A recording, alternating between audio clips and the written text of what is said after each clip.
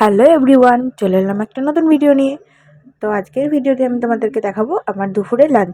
আচ্ছা, তোমরা কমেন্ট করে জানাবে তো, যারা তোমরা এখন প্রেগনেন্ট আছো, তাদের কি কি খেতে লোভ হয়। আমার তো বেশি শাক সবজি খেতে লোভ হয়। যেমন আজকে আমার লোভ হচ্ছিল ওই এঁচোড়ের তরকারি খাবো বলে। তার জন্য বাবাকে বলতে এই শীতকালেই বাবা খুঁজে খুঁজে এঁচোড় এনেছে আমার জন্য। তো এই যে এটা হচ্ছে এঁচোড়ের তরকারি, এবার এটা দিয়েই আমি এখন ভাত খাবো।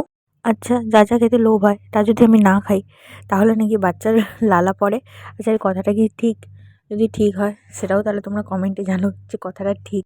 বেবি আসার পর আমার ধীরে ধীরে না বিশাল ওজন বেড়ে যাচ্ছিল। তার জন্য বলেছিল ডক্টর যে ভাত কম খেতে আর শাকসবজি বেশি খেতে। তো সেটাই আমি করি। চলো আমি খেতে থাকি, আর তোমরা ভিডিওটা দেখতে দেখতে সাবস্ক্রাইব করে দাও।